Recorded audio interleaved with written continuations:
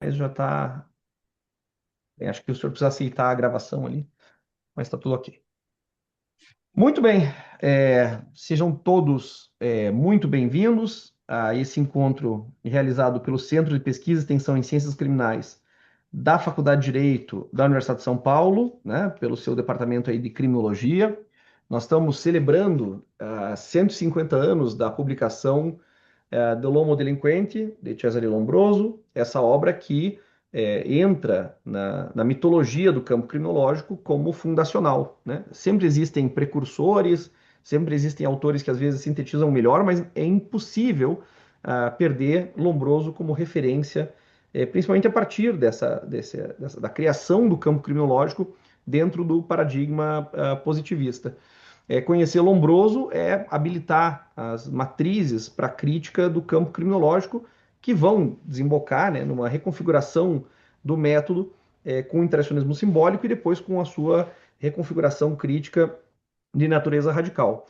Nesse sentido, né, de voltar a olhar Lombroso com cuidado, tirar Lombroso da caricatura dos manuais, né, e a manualística, particularmente no campo criminológico, tende a reduzir a esfinge e a esfinge de Lombroso a uma forma estereotipada, com uma leitura do seu pensamento que não só não faz jus ao esforço desse intelectual, como é incapaz de perceber a sutileza do seu pensamento e a penetração e profundo impacto que Lombroso teve no continente americano, particularmente na América Latina, mais particularmente ainda Cuba, Brasil e Argentina. E é por isso que, né, nesse o segundo encontro, né, ninguém melhor do que o professor Lívio Sansoni, que, na minha modestíssima opinião, tem o melhor trabalho sobre essa interpretação do lombrosianismo na América. E eu quero citar aqui dois textos que ficam já como recomendação a partir desse encontro, né, para quem não conhece a obra do professor Lívio. O primeiro é A Galáxia Lombroso, está aqui na minha mão, né, A Galáxia Lombroso. Ele é parte de uma trilogia.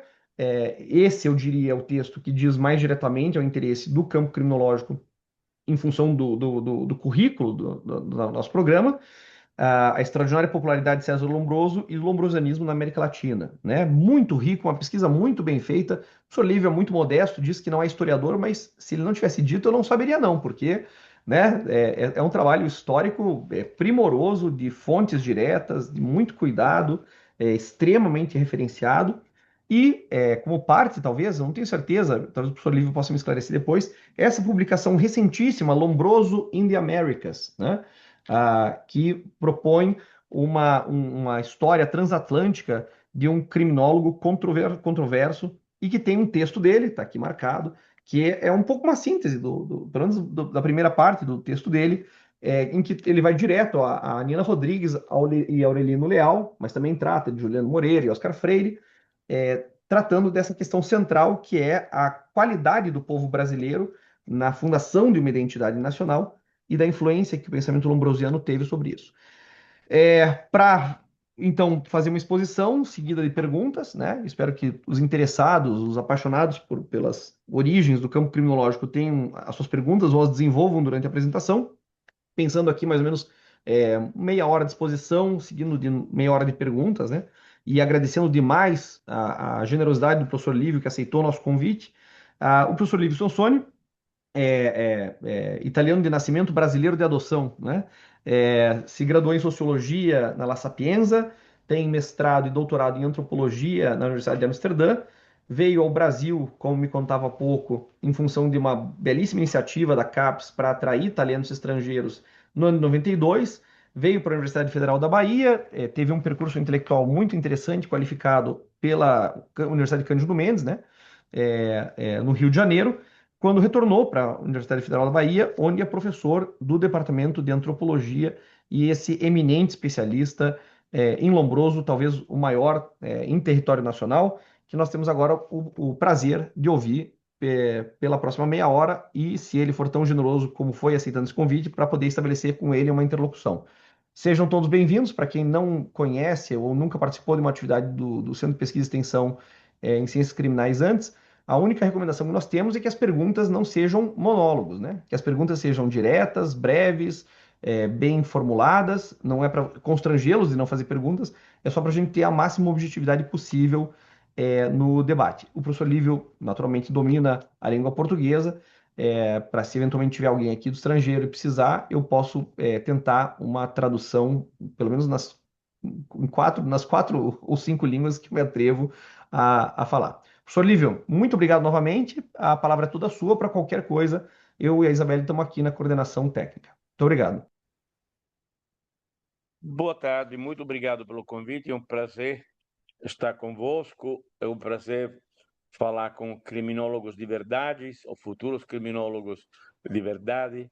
Eu não entrei no sapatinho nesta área, que é uma área extremamente interessante para nós cientistas sociais, uma área híbrida, que é um diálogo entre ciências biológicas, a ciência do direito, as ciências sociais e aquela coisa que chamava ciências policiais. É uma área extremamente permeada, como todas, pelas políticas, e onde, como na América Latina, a questão do crime não faz parte da política das eleições.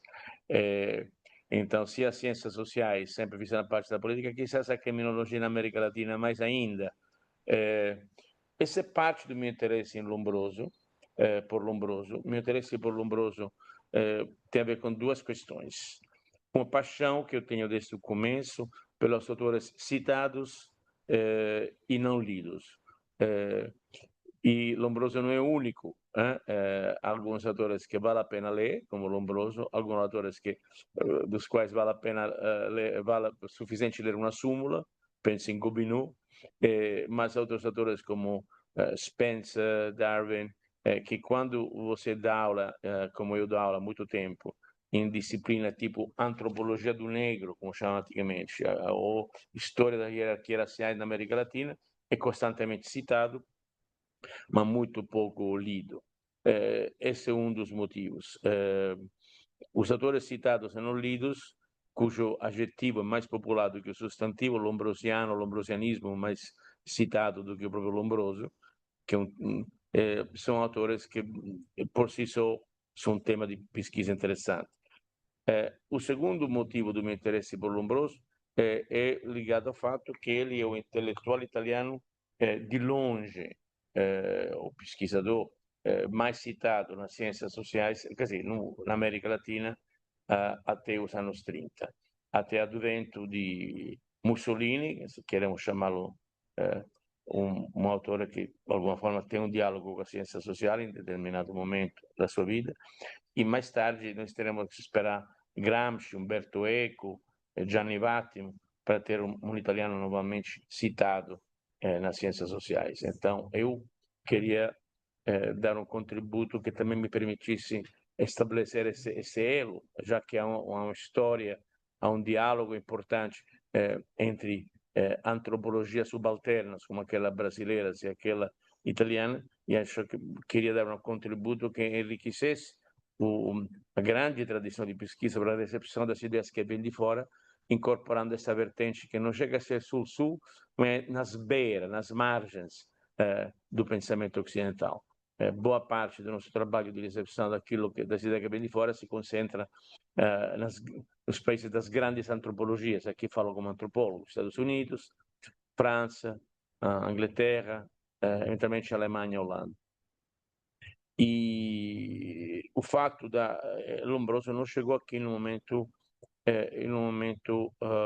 casual, era um momento associado às grandes imigrações, um momento que tanto na América do Sul, como chamava na época, não se falava de América Latina, tanto, como em determinados países da Europa, em particular na Itália, havia uma discussão importante sobre o valor, a essência do povo, não é? Temos um povo cuja qualidade atende ao grito comtiano, aliás, a deturpação do grito comtiano, amor, ordem e progresso. Amor foi retirado pelos milicos. Milico não gosta de amor, nem de irmandade, né? Que consta na Constituição mexicana, mas não na bandeira brasileira. Foi retirado amor ou ordem. E ficou ordem e progresso. Temos um povo que atende esse imperativo. E era uma questão, eu tento mostrar que essa discussão é uma discussão transatlântica, muito menos, embora se apresentasse como uma discussão nacional. Né? Meu projeto é um projeto que, além de ser um projeto de um italiano que virou brasileiro e que de alguma forma, no momento da sua vida, prustianamente vai à procura do seu passado, como eu fiz aqui, é um projeto inspirado por uma tentativa de fazer uma história de um século de relações da ideia de raça e do antirracismo no Atlântico Sul. Um projeto articulado em 3 etapas, 2 dessas etapas já terminaram, nunca se termina uma etapa, mas se termina, pelo menos se produz um livro. O primeiro livro foi A Galáxia Lombroso, que trata da sensibilidade etnográfica, disso falarei. O segundo livro, publicado também em várias línguas, A Galáxia Lombroso sai agora em inglês, mas já saiu, obviamente, em italiano, com La Terza, uma das principais editoras italianas em científica. Saiu com a editora AZT, a primeira mais importante editora em russo. Lombroso foi muito importante em países onde o positivismo se alastrou, a antiga União Soviética era um desses, o México republicano, a Espanha republicana foram outros, em português, e agora vai sair para a editora Bergen Books, em inglês, em julho. Então, o segundo livro chama A Galáxia Lombroso, desculpe, chama Estação Etnográfica Bahia, que trata já da consolidação dos estudos afro-brasileiros nos anos 30, nos anos 70, o livro que saiu em inglês e em português, e já é a segunda etapa. E o terceiro, que ainda estou escrevendo, trata da biografia de um antropólogo guerrilheiro, o líder do nacionalismo moçambicano, Eduardo Mondlane, que dava aula de antropologia quando foi fundar a Frelimo, Frente de Libertação de Moçambique, em 63, em Dar es Salaam. Eu quero mostrar que, como nossa forma de pensarmos a essência do povo brasileiro, ou povo latino-americano, e pensarmos as origens africanas, que são muito importantes na forma de pensarmos o Brasil, reverberaram no continente africano, não deixaram os intelectuais, as lideranças africanas indiferentes, mas foram extremamente importantes na reconstrução das biografias deles. Então, é um projeto ambicioso, arrogante, como muitas coisas da minha vida, talvez, em 3 etapas, 2 das quais foram concluídas. Essa primeira etapa trata de um momento importante, não só no Brasil, mas eu, embora focando no Brasil, sucessivamente aprofundi me aprofundi no contexto cubano e latino-americano. Poderia, tivesse tido mais tempo, mas, como falam em italiano, uma vida é pouco. O México desse outro país importante, mi dei conta che Lombroso foi sob a bandeira de Lombroso,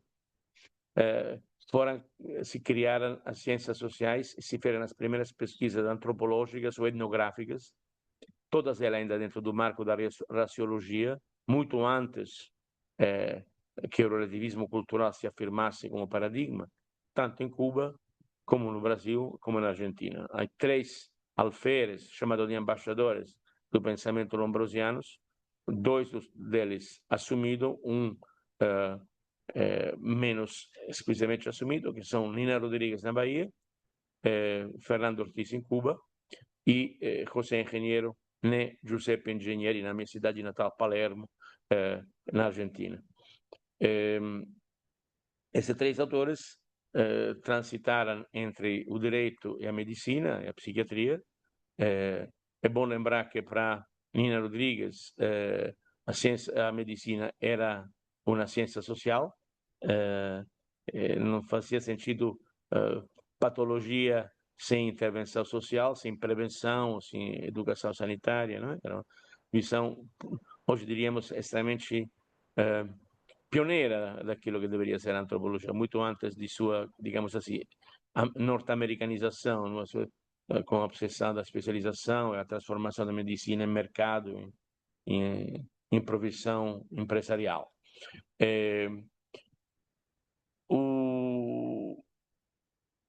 Não sei se vocês chegaram a ler o livro, sempre quando a gente dá uma palestra sobre, imagina que sim, mas sabe que não, mas meu livro trata, começa nas trilhas de Nina Rodrigues, porque foi procurando, inspirado pela saudosa Marisa Correia da Unicamp, foi procurando a documentação que deve ter existido entre Nina Rodrigues e o gabinete Lombroso, como chamava, aquilo que depois formou a galáxia Lombroso, que eu comecei a me interessar por isso.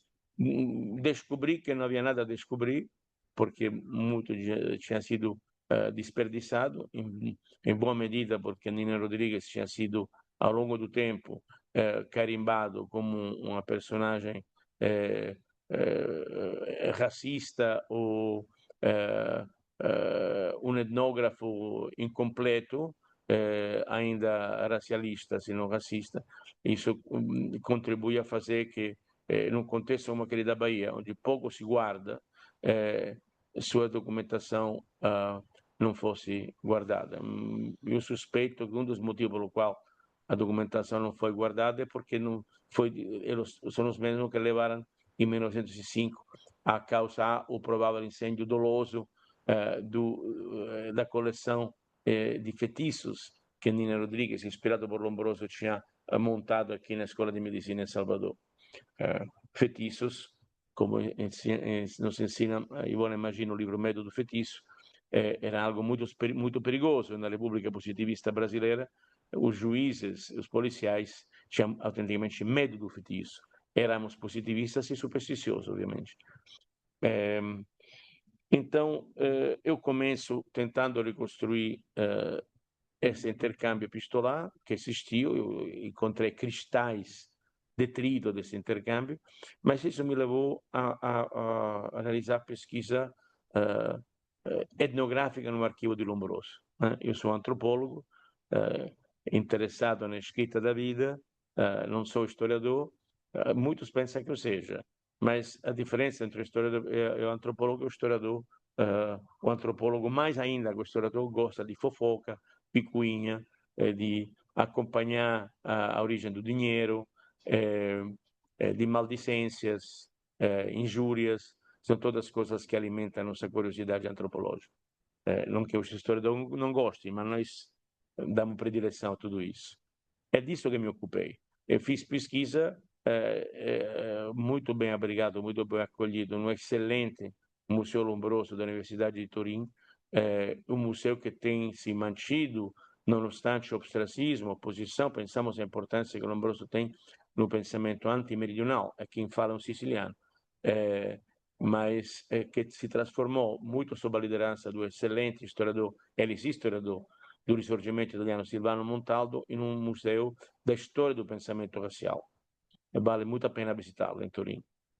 Eu, instalado em um lugar estranho, onde nunca pensei que eu pudesse me concentrar sobre alguma coisa que não fosse os próprios crânios, trabalhei vários dias, várias semanas, na própria cranioteca do Museu Lombroso, cerca de 380 crânios, todos virados para mim, me ajudavam na concentração.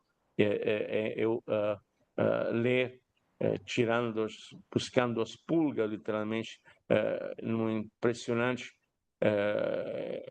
intercâmbio epistolar que Lombroso manteve com um monte de gente. Você sabe que Lombroso recebia cartas de todo mundo, em tantas línguas, entre outras em espanhol e português, e é interessante notar que espanhol e português eram línguas que tinham o mesmo estatuto, quizás mais ainda do que o inglês na época, não é? Estamos falando de uma época pré-universitária no Brasil, onde os intercâmbios eram menos determinados pelas influências norte-americanas e francesas, que foram se afirmando a partir do final dos anos 30. Era um intercâmbio mais com certa isonomia. Por sinal, como eu mostro no livro, a escola de Lombroso chegou na América Latina a convite de duas instâncias latino-americanas, que era o periódico argentino La Nación e a Academia Brasileira de Letras e o Estado de São Paulo, pago por eles. Muito diferente daquilo que acontecerá depois da crise de 29, quando a América, agora começará a ser chamada de América Latina, vai manter com outro tipo de intelectuais anglo-saxônicos e franceses, uma relação de muito mais subalternidade. Mas é interessante ver por que Lombroso. A popularidade de Lombroso na América Latina não se deve de forma nenhuma a alguma como nunca, como sempre, alguma exatidão congênita de suas ideias, alguma particular cientificidade, mas se deve ao fato que muito se encaixava nas preocupações, nos anseios das elites locais, os temas do qual ele se ocupava. Assim como boa parte dos artistas europeus ficaram seduzidos pela interpretação lombrosiana do gênio do criminoso, autêntica combinação de gênio e loucura. Ele argumentava que a loucura era produto da degeneração, mas que a loucura produzia gênio. Que então países, contextos onde não houvesse degeneração, produziriam poucos gênios. E a Itália era um país, como a literatura da época nos mostrava, di civilização antica e Estado novo. O Estado italiano moderno é bem mais moderno do que o brasileiro. Itália foi reunificada com a libertação de Roma do domínio papal em 1870, então 50 anos depois da formação do Brasil moderno, digamos assim.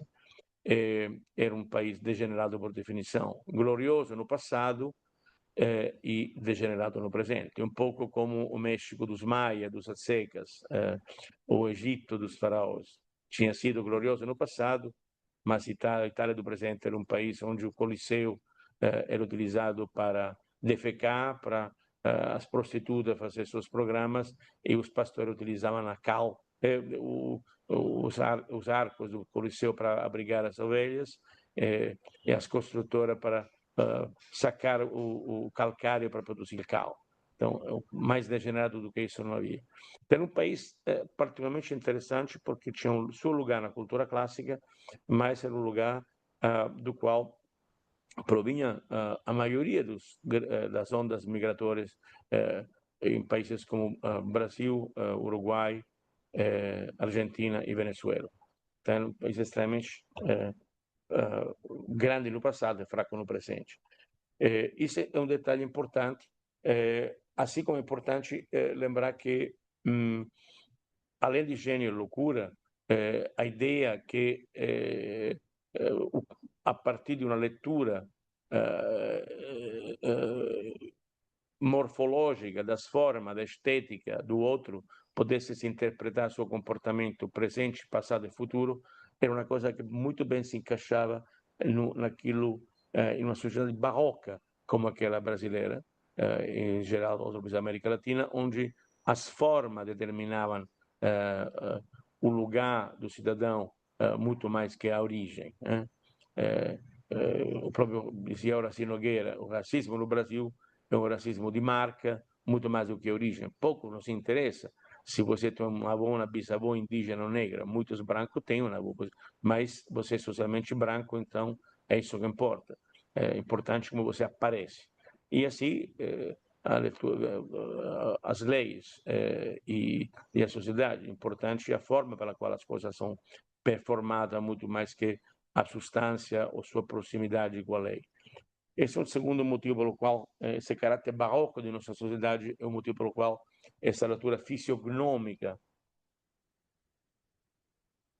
que Lombroso fazia da sociedade italiana, mas de outra sociedade, muito apelava. A fisiognômica é uma tradição que vem da história da arte, na realidade, che foi canonizzata pelo napolitano Carlo della Porta no século XVII, che non necessariamente è racializada, mas que determina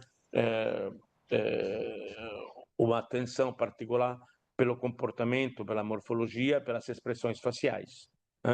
É sempre interessante ver, fora muito importante para o Lombroso, os bustos feitos por Messerschmitt, que no mármore esculpiu joia, dor, ciúme,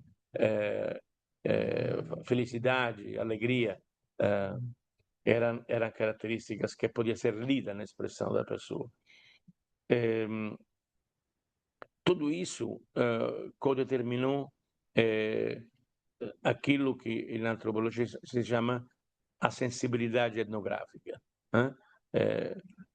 A sensibilidade etnográfica é aquele momento de engenharia social, associado à engenharia social, que significa que o Brasil, a partir do famoso grito di Silvio Romero, não é? Un grito che oggi seria classificato come razzista, ma all'epoca era visto come, como anunciando um futuro mais inclusivo, não é? Os franceses e os ingleses têm que organizar, diz ele, missões coloniais, folclóricas pela África para captar a essência das culturas africanas. Nós que temos africano no quintal, na cozinha, e lá temos a dimensão racista, não damos atenção nenhuma a isso e nos deixamos levar pelos... ele não dizia isso, eu digo, pelo parcianismo, cioè, temos a visão parnassiana do Brasil, porque o Brasil era um país onde o negro tinha que ser escondido, retirado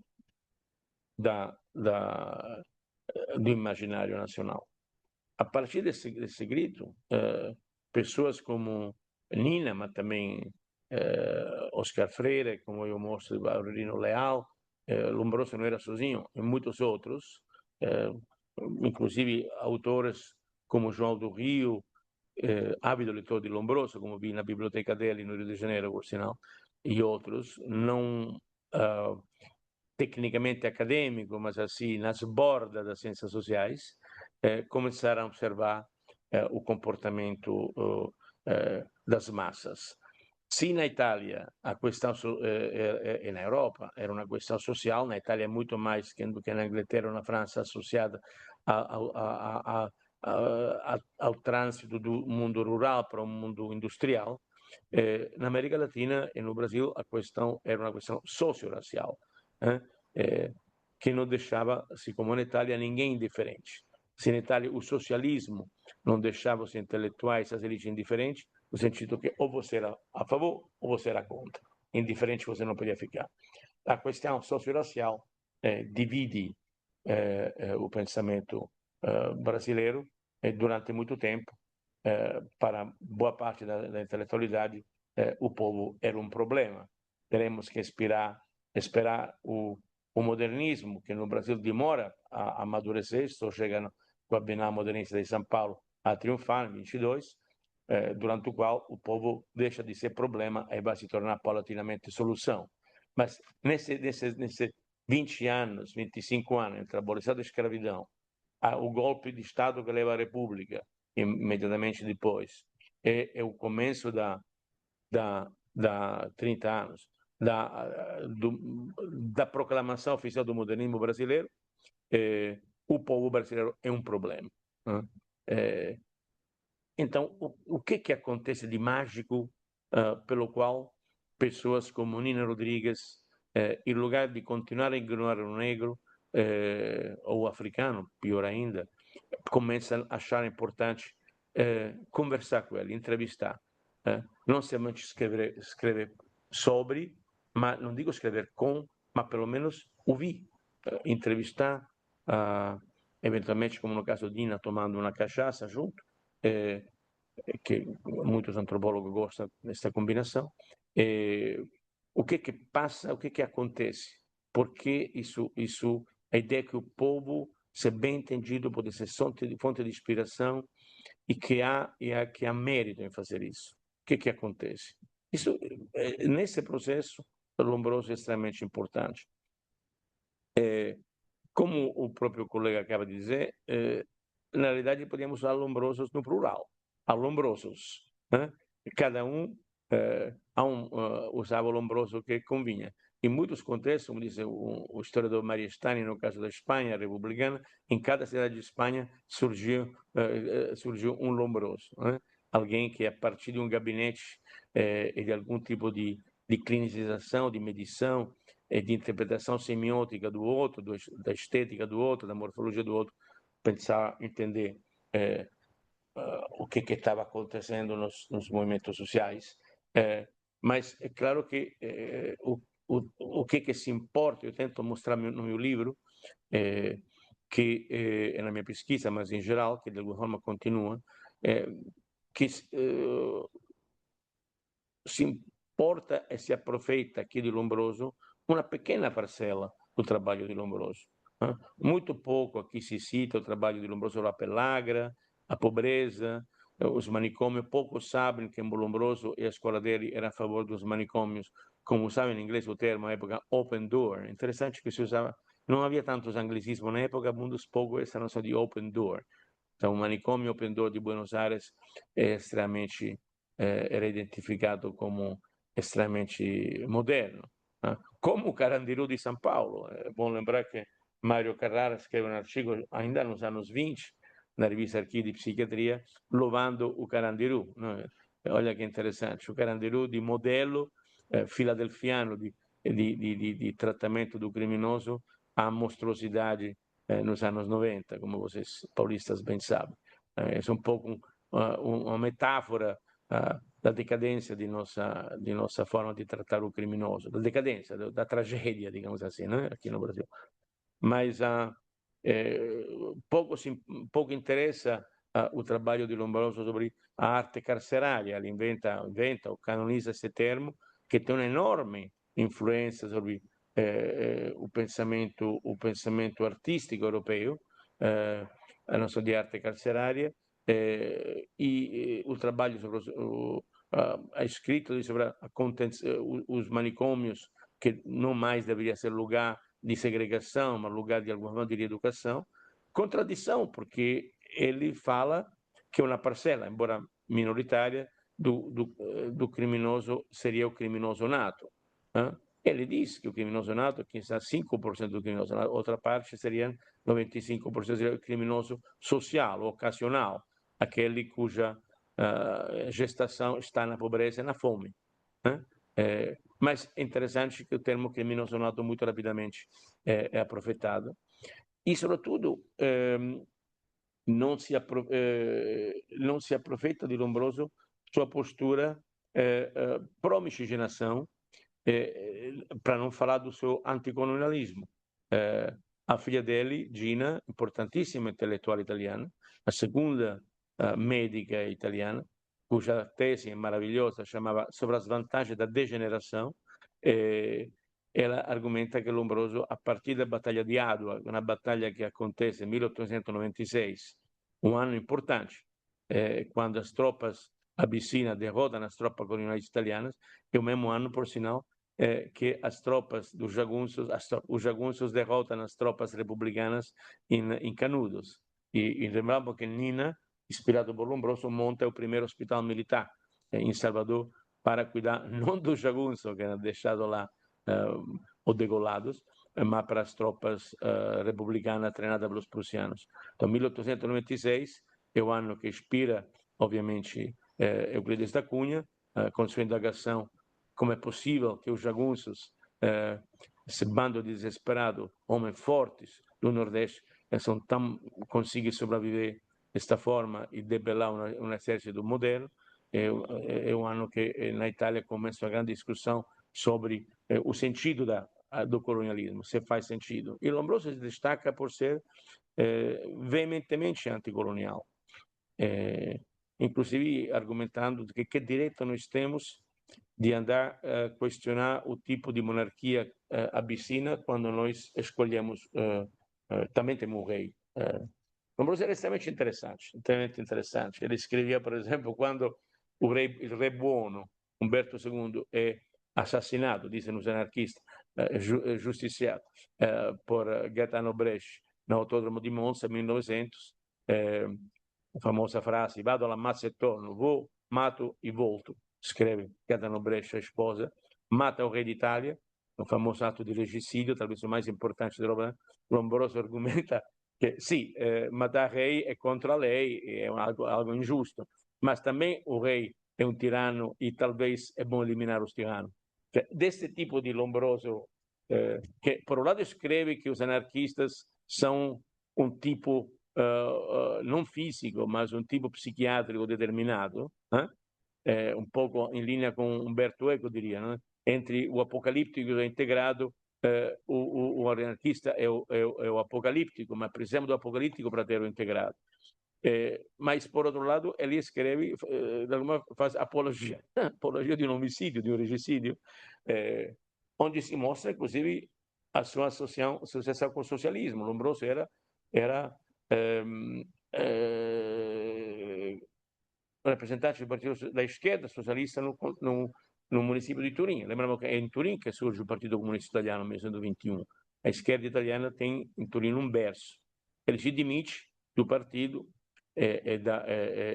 da função como na prefeitura, no município, argumentando que o partido tinha se tornado corrupto ou não mais socialista. E, sobretudo, é interessante que aqui não é aproveitado a sua postura pró-miscigenação. Lombroso tem uma ideia muito interessante. Primeiro, ele, como a maior parte dos antropólogos, dos cientistas da época, era muito mais próximo de digamos assim, de uma hierarquia das raças lamarckiana do que darwiniana. Não é que Darwin tivesse escrito a respeito, mas assim, era uma hierarquia das raças onde as raças eram perfectíveis, para utilizar o termo que Lombroso usava. A raça podia melhorar.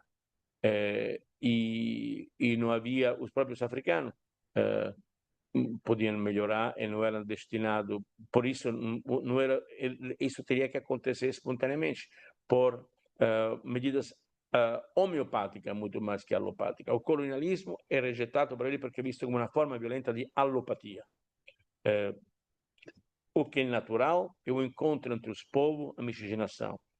As grandes culturas do mundo são produto de encontro entre os povos e culturas. Desde os alfabetos, ele faz uma lista, como os alfabetos foram formados, as formas de organizar o país. E já que ele não escapava aquela coisa que o antropólogo físico, biológico italiano, finado Luigi Cavalli Sforza, falecido 3, 4 anos atrás, dizia, ele não escapava à religião das raças. Na época, todo mundo acreditava em raças, inclusive os antirracistas. Eu mostro como uma das pessoas que gravitava em torno da galáxia Lombroso, que é William Du Bois, famoso ativista negro norte-americano, gravitava em torno da frente antirracista, que em torno a Lombroso. O primeiro livro dele, público, 1800, se chama On the Preservation of the Races. A ideia que raças fossem algo imanente e parte integrante de nossa sociedade. Obviamente, a existência de raça não te impede de ser antirracista. Assim, então, chegamos a essa contradição. Se, por um lado, o primeiro pensamento antirracista surge por dentro da religião das raças, o credo que há várias raças, clamando pela igualdade entre as raças, a etnografia e a sensibilidade etnográfica para com os negros, para com os outros, não surge, como muitas vezes se diz, a partir da afirmação do relativismo cultural, quando as ciências sociais se tornam antirracistas, sob a égide de Franz Boas, mas surge dentro da arqueologia, entre pessoas que ainda acreditavam que existisse raça e que essas fossem hierarquicamente, que houvesse uma hierarquia de civilização entre as raças. Essa é uma das conclusões do meu livro. Só para concluir, porque eu prefiro depois, prefiro falar pouco, e não porque, como dizem os americanos, porque vocês podem ler tudo em meu livro, mas porque acho mais interessante responder vossas perguntas. É interessante que Lombroso continua a sua controvérsia e cheia de contradições. Ele argumenta, em linha com a ideia do antropólogo de gabinete Taylor, que dizia aquela famosa frase que em inglês soa mais simpática, casa para fora ou mora dentro, marry out or die out. Cioè, argumenta que é a exogamia que faz, então, a postura pró-miscigenação, a exogamia é sair por absurdo do incesto, se ampliar as trocas de sangue que fazem a força de um grupo populacional, mas Lombroso continua a acreditar que exista um diálogo que hoje nós achamos, obviamente, fora de qualquer tipo de justificativa, entre que houvesse qualidade congênita em determinado grupo populacionais. Assim argumenta que judeus e ciganos eram ambos povos degenerados porque excessivamente endogâmicos, por causa di sovietização, de sua exclusão, e por parte da cultura interna, de uma lógica interna que tendia a reprimir o casamento exogâmico. Só que os judeus degeneravam produzindo loucos, e os ciganos degeneravam produzindo ladrões. Cioè, era uma degeneração, até na degeneração havia uma gradação. Lembramos que Lombroso era judeu e ateu, como ele diz. Tanto é que quando você entra no Museu Lombroso, quem te cumprimenta na porta é o esqueleto di Lombroso, o corpo doato à ciência, está lá na porta para te cumprimentar. Parece que Nina quisesse fazer a mesma coisa, quisesse doar o corpo à ciência. Eu pesquisando, me dei conta que, na realidade, Nina era bastante católico, assim como Aurelio Leal e muitos outros. Então, o positivismo brasileiro daqueles anos estava embutido na cultura católica, contrariamente ao contexto italiano, onde o anticlericalismo, o ateísmo, o socialismo ou o judaísmo, frequentes combinados. Lembramos que naqueles anos pensamento judaico e socialismo erano in stretto dialogo. Pensavo alla figura di Theodor Herzl, a propria costruzione del pensamento, l'importanza di una figura come Max Nordau, o escritor do livro Degeneração em Tartum, dedicado a Lombroso, que era o secretário de Theodor Herzl, que escreveu o livro Der Judenstaat, o Estado Judaico, para dizer que mas Lombroso também era grande inspirador, foi grande inspirador e ativista do movimento em defesa do capitão francês Dreyfus, acusado de ser traidor pro-alemão, pro-prussiano. Então, temos uma complexidade que me seduzia, me seduz. Tem uma pessoa, um intelectual que tem uma grande, que seduz, que organiza a parte do próprio gabinete uma perspectiva internacional do mundo. Lombroso não gostava de viajar. Quando ele tenta viajar uma vez, ele faz uma viagem famosa a Moscou, visita Tolstói, que ele muito admirava. É um grande desencanto o encontro com Tolstói por dois motivos. Primeiro, porque ele quase se afoga. Era um pouco Woody Allen, Lombroso. Não sabia nadar, se joga numa lagoa e Tolstói, que era um gigante, vai lá pela cabeça, salva ele. Então, esse é o primeiro. Mas a segunda coisa que deixa Lombroso assombrado é o fato que Tolstói, que celebrava a lindura da vida camponesa russa, na realidade tratasse muito mal seus kulaks e seus servos. Isso para Lombroso era impossível, você não podia humilhar publicamente teus servidores ou servos, como era chamado na época na Rússia. Então, temos uma pessoa complexa que exerce seduz, cria um gabinete sem viajar, faz viajar os outros. No meu livro eu descrevo a viagem de Gina Lombroso, Guglielmo Ferrero, que vem aqui a convite da Academia Brasileira de Letras e vem para substituir quem na Academia como membro representante do exterior? Nada menos que Spencer, que tinha falecido e cujo lugar é tomado por Ferrero. É bom lembrar que depois da morte de Ferrero, nenhum outro italiano jamais será chamado para tomar lugar na Academia Brasileira de Letras. Então, esta época heroica do pensamento italiano antropológico, médico italiano, é uma época que se esgota nos anos 30, com a Segunda Guerra Mundial, depois da qual a relação com o mundo de fora serão relações muito mais mediadas pelas políticas e a geopolítica do conhecimento, onde haverá um norte e um sul. A isonomia deixará de existir. Quem sabe vamos reconstruí-la agora, já que boa parte do norte, como os Estados Unidos, deixou de fazer soft power e está praticando uma antipatia acadêmica que torna difícil a reconstrução desse tipo de hegemonia. Eu pararia por aqui. Não falei do homem delinquente, mas é sempre interessante um detalhe que Silvano Montando me falou.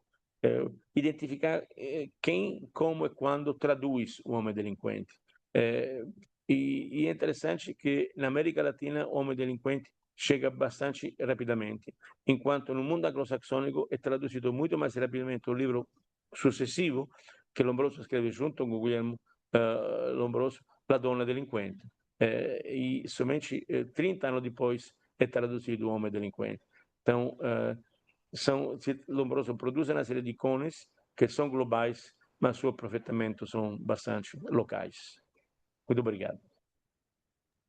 Muito obrigado, professor. É bastante, enfim, compreensiva a sua análise, né? Acho que deu para quem leu o texto, ajudou a manter vivo a análise. Para quem não, certamente fica todo o interesse em estudar. Por acaso aqui nós temos uma co-orientanda minha de pós-doutorado que está pensando a análise, né, dos sertões de Euclides da Cunha a partir da perspectiva do Nini, do lombrosianismo, do campo criminológico, um trabalho muito interessante. Então, os pontos de conexão são muitos, né? Já inclusive entre pesquisas que estão sendo orientadas.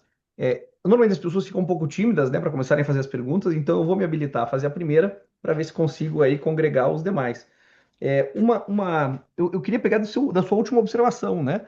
É, de acordo com a sua análise, então, qual teria sido a obra mais decisiva de Lombroso para o pensamento lombrosiano no Brasil?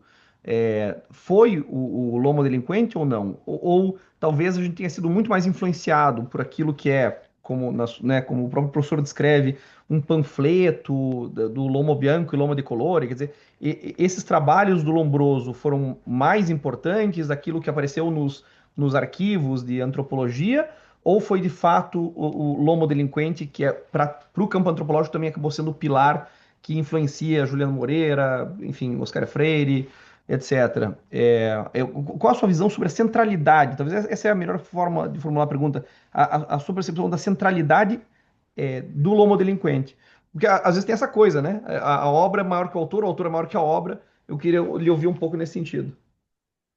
Eu diria que, graças a Deus, aquele livrinho Lomo Bianco, Lomo de Colore, não é que é um livro escrito em juventude, citando pouquíssimos autores e por dinheiro, porque eram palestras que ele fazia jovem, ainda em Pavia, eh, que mostra que houvesse um mercado para um tipo de racismo popularesco, como época, interessante.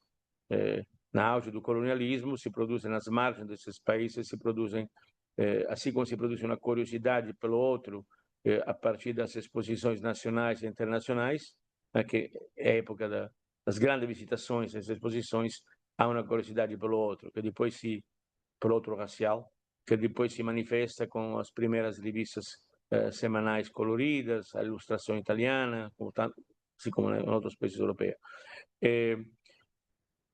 Mais que o Lomo Delinquente, o que foi importante, eu acho, foi a leitura do Atlas do Homo Delinquente. A parte pictórica, a parte descritiva que todo médico tinha que ter em casa, certamente na Itália, eu falo da minha família. Eu me lembro, rapaz, que a gente ia buscar o Homo Delinquente na casa do meu tio para ver as fotografias dos criminosos e as imagens dos pênis e da vagina das criminosas. Eu acho que não é secundário. É interessante ver esse detalhe antropológico. O preço. L'uomo delinquente custa X, l'Atlas dell'uomo delinquente custa 100 vezes mais caro. Então, ainda hoje, ele é super esgotado, que tem eu tenho a versão digital, é sintomático. Acho que 2 livros dele foram praticamente botados. Esse suplemento, que é l'Atlas do Homem Delinquente, que são aquelas tabelas, com as tipologias, que se tornam depois determinantes na formação das ciências policiais, das fichas policiais, não é? São incorporadas quase literalmente num manual de polícia científica escrito pelo também judeu Salvador Ottolenghi, que circula pelos corpos policiais e sua formação do Rio Grande até a Patagônia. E é sempre bom lembrar que os livros que eu acho que foram mais lidos no Brasil de Lombroso são o escrito dele sobre os espíritos. A mesma coisa descobri em Cuba fazendo pesquisa vale para Fernando Ortiz. De longe, os livros mais lidos são os livros sobre o espiritismo. Os livros Lombroso tem uma sobrevida no espiritismo. Eu tento descrever isso no meu livro um pouco, mas é interessantíssimo. Você entra no sítio web da Federação Espírita Brasileira ainda tem livros deles à disposição grátis em PDF.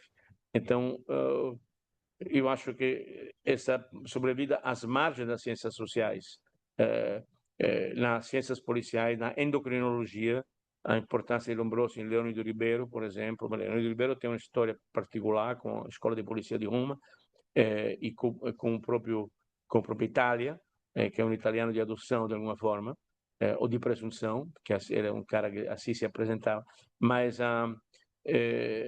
eu acho que é interessante ver como Lombroso se perpetua às margens das ciências sociais. A sua influência é forte na endocrinologia, nas ciências policiais, no pensamento espírita e, sobretudo, na museologia do outro, na museologia do crime. Os museus frequentemente associados à polícia, sequestros policiais do México até a Patagônia, são frequentemente réplica em sua um pouco desorganizada frequente, mas um tipo de objeto que expõe daquilo que era o gabinete, que não era um gabinete de curiosidade, era um museu de pesquisa, depois mais tardiamente aberto ao público, de Lombroso. Então, eu não sei se respondi, mas Não, perfeito, professor. poi Eu acho l'uomo delinquente è igualato somente por Gilberto Freire em Casa Grande Senzala em versões, sabe, Gilberto Freire proibia para o próprio editor que ele censurasse a 25º prefácio do livro dele. Então, l'uomo delinquente esiste in N versões. É interessantissimo. Ele vai as últimas versões são as notas de página são diferentes, há várias. Não havia naquela época uma grande preocupação com a exatidão, nem o cânon acadêmico era um cânon determinado por esta que eu chamo de home science, ciência caseira, muito mais do que por dogma como o parecerista anônimo. Nada era anônimo do parecerista. Ou você gostava ou você execrava e mandava para aquele lugar.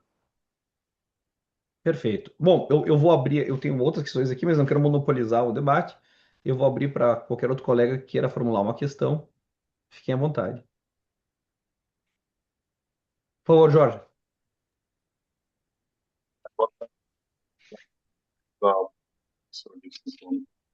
Da disposição, professor Maurício, pelo projeto. Eu vou me aventurar aqui, né? Eu não cheguei a ler o texto, sendo bem sincero, né? Mas eu gostaria de saber se o método positivista criminológico de Lombroso, se ele tem influenciado diretamente as políticas de segurança pública no Brasil, e, em caso positivo, como que o senhor veria essa possibilidade de superação desse racismo institucional e estrutural da nossa sociedade? Olha, Lombroso e sua galáxia teria gostado de influenciar as políticas de segurança sobretudo, de encarceração e a formação das cortes no mundo inteiro. Isso aconteceu muito menos do que a Escola Lombroso queria. Frequente, eu acho, a influência mais do que direta e indireta. Nos anos 30, o famoso Códice Italiano Rocco teve uma influência muito importante sobre países autoritários que também estavam querendo, como o Brasil, mas a Turquia, o Egito, a Argentina, né? Mas havia em Lombroso e na escola dele, uma autêntica aversão a duas noções que eram típicas do pensamento jurídico pré-lombrosiano, inclusive também de inspiração italiana. A noção de livre-arbítrio e ao júri popular. Boa parte do desencanto de Lombroso com o júri popular é parte do desencanto de muitos positivistas italianos com as primeiras eleições italianas. A ideia é que o povo não sabe votar e quem sabe o povo não deve votar, até não ser pouco como Jacques Comte dizia, né? Só tem que muito melhor ter um déspota iluminado e o Estado tem que ser gerido como em um laboratório a partir de uma figura de técnicos bem pagos, selecionados, incorruptíveis, cuja vida é dedicada, é uma missão dedicada à nação, mas não são os humores populares, não é a multidão que poi si manifesta nos juris populares, cuja única missão é a procura da vingança. Então, na realidade, eu não sou um pesquisador disso, a minha impressão é que os códigos são muito menos influenciados pelos pensamentos dogma lombrosiano. Por exemplo, ripeto che Lombroso c'è una postura, Lombroso, Ferri, Enrico Ferri, di predileção do tratamento antimanicomial. Não era a favor dos manicômios como lugar de segregação. Para a época era um pensamento bastante moderno, mas muito mais do que as leis, me parece que é a jurisprudência que acatou algumas interpretações do pensamento lombrosiano. Por exemplo, a discrição, o caráter discrecionário das penas. Certamente os juízes se sentiram inspirados ou justificados pela noção de criminoso nato, por alguma interpretação da noção de criminoso nato, e pelo fato de você poder ler na aparência física do julgado na tua frente, na forma dele falar, se comportar, na sua mímica, na sua roupa. Pensiamo a una di calza social, roupa social, camisa social no Brasil, Lombroso acabou sendo aproveitado, malgré lui, talvez ele nem quisesse isso, para julgar o outro no momento do juízo a partir de sua aparência. Claro que essa é uma coisa que no contexto brasileiro e latino-americano muito facilmente significa discriminar contra os negros, indígenas, não brancos em geral, né? Tido como feios ou como potencialmente desviados. Me parece que é muito mais na praxe e na jurisprudência do que nas leis que se deu a influência. Perfeito. Obrigado, professor. Mais alguma questão? Acho que nós temos tempo para mais duas perguntas ainda, não quero também extrapolar demais. Isabela, por favor. Professor Lívio, obrigada pela apresentação. Vou ser bem breve, como sou da criminologia aqui também, queria ouvir um pouco mais do professor dessa influência do Lombroso para uma escola de antropologia positiva e essa ideia que o professor fala na pesquisa de redes transnacionais. Não entendi direito, desculpe, qual é a pergunta? Eu queria ouvir, professor, um pouco mais sobre a influência do Lombroso, né, numa escola de antropologia positiva aqui na América Latina, no Brasil, e essa ideia de redes transnacionais que o professor fala na pesquisa. Sim. Bom,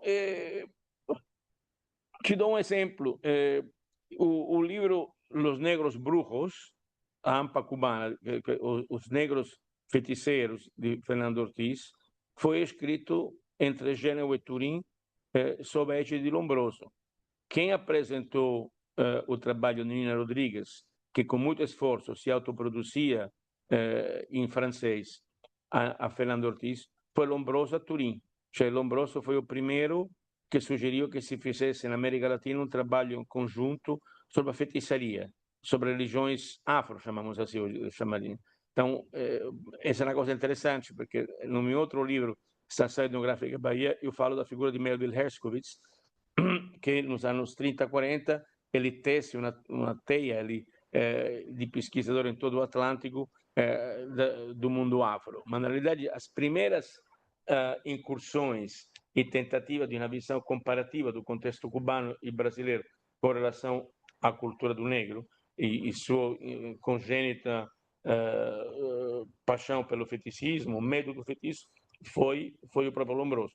Isso é interessante. Havia depois um trânsito grande. Eu reconstruo, por exemplo, no livro a conferência para a qual viaja Nina, que celebra os 50 anos, 1906, do trabalho acadêmico do Lombroso. Ele viaja junto com Juliano Moreira, um negro brasileiro, psiquiatra, tido como primeiro a trabalhar Freud, não a ler Freud, mas a trabalhar com Freud. Lombroso e Freud se conheciam, por sinal. E Freud dizia que Lombroso era... não podemos acreditar tudo, mas tem que ler Lombroso. Lembramos que Lombroso se formou em Viena durante um período, nasceu austríaco.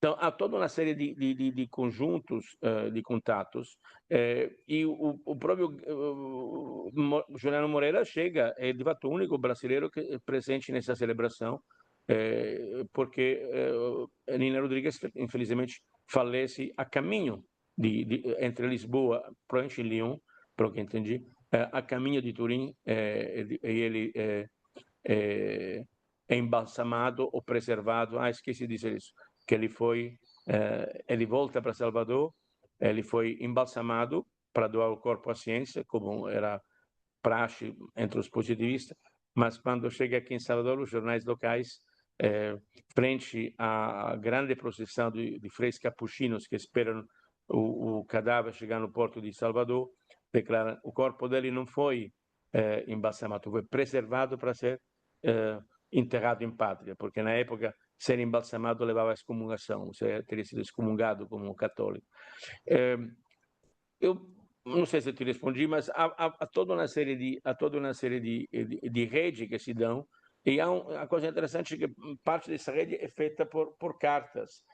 Há uma enorme troca de carta, de objeto. Lombroso recebe, por exemplo, fichas policiais do mundo inteiro, indagações, carta de curiosos, a senhora que escreve a Lombroso pedindo informações sobre qual é o marido ideal, porque, sendo que na imprensa da época Lombroso era interpelado e chamado para, um pouco como Sherlock Holmes, para investigar os casos pouco claros, também podia ter sido interessante para identificar as características do marido ideal. E ele recebe múmia, crânios, facas, punhais, pistolas que se encontram em parte lá, amuletos. E é interessante que os amuletos que Fernando Ortiz, afro-cubano, manda a Lombroso, em boa parte são roubados. Não fica mais, somente um ou dois se encontram no gabinete de Lombroso, que é reconstruído no Museu de Turim. A maior parte foram roubados pelos italianos que queriam, obviamente, se proteger com os amuletos cubanos. Isso é maravilhoso. Eu digo que todo mundo abra a câmera e fique enquadrado para a gente fazer uma consulta para quem atinge aí o fenótipo ideal para uniões futuras. Eu acho interessante isso também, Lívio, essa ideia das redes que se estabelecem, né, dessa capilaridade, porque mesmo no seu livro aparece a Bahia, naturalmente, Recife, naturalmente, um pouco Rio de Janeiro, mas o Largo São Francisco, né, a Faculdade de Direito da Universidade de São Paulo, ela não aparece muito claramente, ela vai demorar ainda, né? Ela tem uma aproximação lombrosiana, mas é com a visita do Enrico Ferri que se cria a cadeira de criminologia, cadeira essa que foi, né, sendo passada, e que hoje eu ocupo por uma circunstância do acaso, e aí eles vão assimilando, e de fato é notável como o lombrosianismo está presente na construção do pensamento, mas ele é um pensamento que permite um certo ecletismo. Não sei se talvez seja a expressão correta, mas o pensamento lombrosiano ele admite muitas variações sobre um tema, né? Então você pode privilegiar a dimensão do atavismo, da degenerescência, da mestiçagem, do bioambiental. Então o Lombroso ele é extremamente fértil para produzir essa rede de comunicação, para se infiltrar em outras culturas e suscitar debates a partir de uma certa matriz. E aí tem essa coisa do Lombroso e a sua fixação com o delinquente nato, quando na verdade isso era apenas uma porção, né, da capacidade explicativa que ele propunha para criar uma antropologia, uma sociologia, uma dinâmica de controle social estruturada na diferença fisionômica, né, num evolucionismo que combinava Darwin e Lamarck. Portanto, acho que uma das características do Lombroso, essa gelatina Lombroso, né? Claro, é uma galáxia Lombroso porque ela é extremamente permeável a contribuições e está aberta para isso, né? Com maior polêmica, menor polêmica. A gente vê, por exemplo, nos anais dos congressos internacionais, que às vezes chega até às vias de fato, né? Eles se agridem, às vezes, fisicamente no debate acalorado sobre as próprias teses, a oposição com os franceses e belgas, enfim. Lombroso é tema para muito, muito debate. Para continuar isso, eu passo a palavra para o Guilherme Gabardo formular a sua questão. Boa tarde, todo mundo. Estamos ficando bem? Queria agradecer primeiro ao professor Dieter por promover o evento fantástico, né, e abrir a participação para quem está de fora do CPEC, com as minhas saudações aqui do PPGD da UFPR, sempre, sempre uma honra. E agradecer ao professor Lívio também pela exposição, né, enfim, falar do Lombroso é sempre, além de muito instrutivo, e é muito divertido, né, um personagem, assim, fora da curva. O professor estava falando, respondendo a primeira pergunta ali, sobre inspirações legais do Lombroso, né? E no livro da Galáxia Lombroso, o professor comenta que no nosso Código Penal de 40 teve ali inspiração do Código de Cherokee, né? E acabou ficando no artigo 59 a necessidade do juiz avaliar a personalidade do agente, né? Que persiste aqui até hoje, e na redação da época o perfil do delinquente, né? E a gente, nos termos de justiça criminal, eu trabalho na Defensoria Pública e converso sempre com o pessoal do Ministério Público e do gabinete. Às vezes aparece um crime meio escabroso, assim, e tal, e alguém comenta sobre a personalidade ou a aparência do criminoso e tal. E sempre vem a brincadeirinha, né? Ah, o Lombroso ficaria orgulhoso do comentário e tal. Sendo que, na verdade, não, né? Lendo a Galáxia Lombroso, o Lombroso era muito mais profundo, né? E específico do que um simples preconceito de aparência. E aí, para ser breve na minha pergunta, eu queria escutar um pouco sobre o professor, até que ponto a exigência de valoração de uma personalidade do agente pelos juízes contemporâneos não é só um resíduo negativo, mal interpretado desse Lombroso, né, legalizado no Código Penal, e se talvez a superação disso não seria exatamente ler mais Lombroso, né, compreender ele em mais profundidade, para além dessa noção básica de um preconceito de Está, como dizem os ingleses, está pregando um convertido. Eu, obviamente, concordo. Lendo Lombroso, você se daria conta que na economia do trabalho dele, por exemplo, a questão racial estourando, representa no máximo 5%, 3% do que ele escreve. Mas aqui ele é muito importante nesse sentido, salvo o fato, como eu já falei, depois ele ser aproveitado por sua sociologia dos espíritos. Então, eu acho que a porosidade de Lombroso, a gelatina lombrosiana, gostei do termo, é uma galáxia gelatina, sua falta de exatidão permite múltiplas interpretações. E ele foi escolhido por ser inexacto, por ser poroso. Acho que poderia ter sido outros. Sua forma de pensar as diferenças como um projeto estético, o fato de transitar entre a medicina e o direito e, de fato, na primeira antropologia, que há paulatinamente uma passagem de Lombroso muito rápida pelo crânio, ele deixa o crânio, não chega, como hoje, às moléculas. Lembramos que Lombroso vive a alvorada da hematologia, começa a se pesquisar o sangue, que é uma importante revolução na medicina, a descoberta dos grupos sanguíneos, porque é a destruição da importância quer dizer, a crise da cronologia começa com o sucesso da hematologia, mas ainda muito mais cedo do que não se conhecia o gene, não digo o ADN, né? Mas há uma progressão de Lombroso do físico para o cultural. Ele começa a se interessar pelo jargão, pela tatuagem, pela mímica, pela arte carcerária, pela roupa. Ou seja, ele se aproxima um pouco daquilo que será talvez a alvorada da pesquisa propriamente antropológica na vida dele. Os anos entre 1890 e 1910 são anos também para Nina Rodrigues de transição a um processo paulatino muito devagar de desracialização. O próprio Nina, no começo da vida dele, escreve, da vida acadêmica, ele escreve sobre a miscigenação, sobre o mestiço, como uma praga, de fato, desculpe no termo. E no final, os últimos escritos, ele morre precocemente com 46 anos de idade, o mestiço é um facto social, é uma realidade com a qual temos que lidar. Cioè, tivesse tido mais 10, 20 anos, ele teria saído disso. Então, o Lombroso está um momento de transição. O pensamento racial vive seu auge, mas já começa a entrar em crise naqueles anos. Não sei se te respondi, mas eu também estou aproveitando das vossas perguntas para pensar coisas novas.